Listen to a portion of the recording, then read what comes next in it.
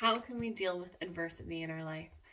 Today, we are going to be diving into the story of Daniel and actually looking at his diet and how he was able to deal with adversity when it came to him having to make some choices regarding his diet that he personally didn't believe in. If you're new here, welcome to my channel. I am Ella Dawn, a spiritual mindset coach and healer, specializing in releasing those stories that you have told yourself for so long, helping you embrace the supernatural in the Bible and in God so you can claim your power and authority in life. Welcome. So today we're going to be looking at the story of Daniel in Nebuchadnezzar's court and how he dealt with adversity regarding his dietary choices. This may sound like a ridiculous story, but there are actually some amazing lessons for you to learn here. So let's just dive in.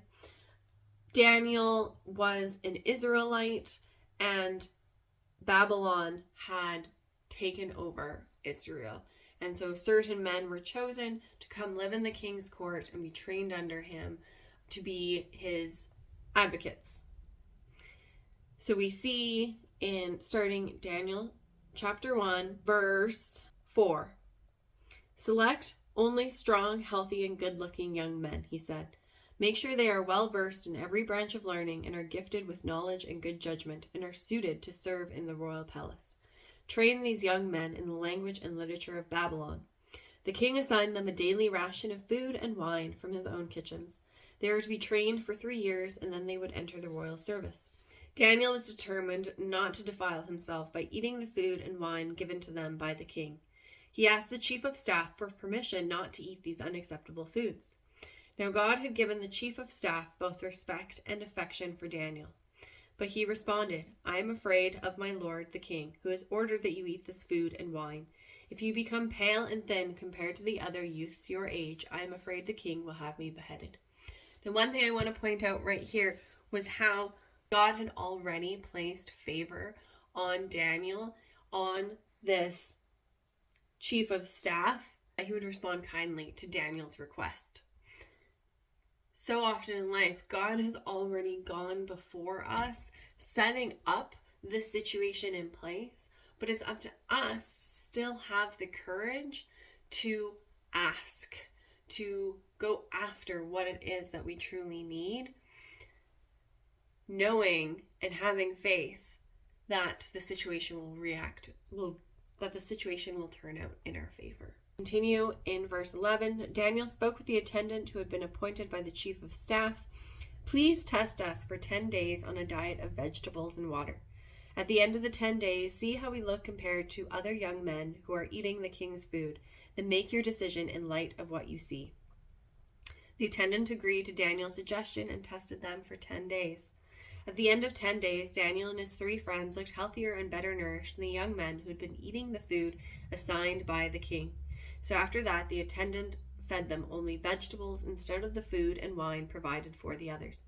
God gave these 4 young men an unusual aptitude for understanding every aspect of literature and wisdom, and God gave Daniel the special ability to interpret the meanings of visions and dreams. So a few other really cool things here is Daniel didn't just go up against this chief and command his own way of doing things. He asked politely.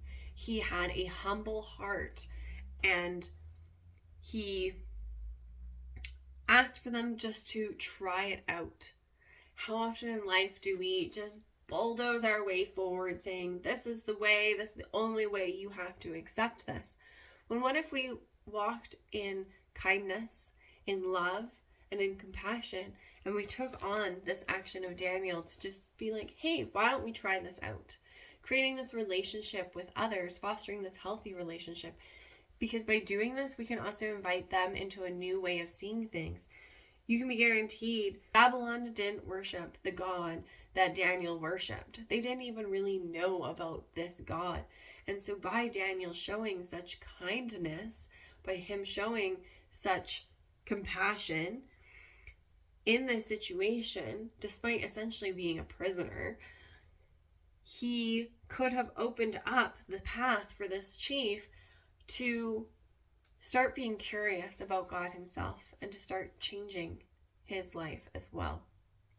Planting the seeds. We don't have to go do and be the end all. We don't have to convert everyone. We simply need to plant the seeds, and we plant these seeds by walking in kindness and walking in love. We also see after this that Daniel and his friends looked healthier than the young men. So not only could he have planted these seeds for the chief, but it could have also got the other people thinking about their own lifestyle, their own habits, and maybe starting to change things. And finally, we see God blessing Daniel and these other young men and providing them with gifts, because they have proven where their heart was. They have proven that they were walking in love and that they were loyal to God, and he was going to be loyal to them in exchange. So I ask you, in your life, as you're going through adversity, how can you walk with kindness in it instead? How can you be firm and have courage, have confidence, but also not be overbearing or obnoxious? That is the true test. Thank you so much for listening. If you like this, make sure you hit like and you subscribe and you share it with your friends. I am here every single Monday, or almost every Monday, because I am human, and I look forward to connecting with you further. Much love.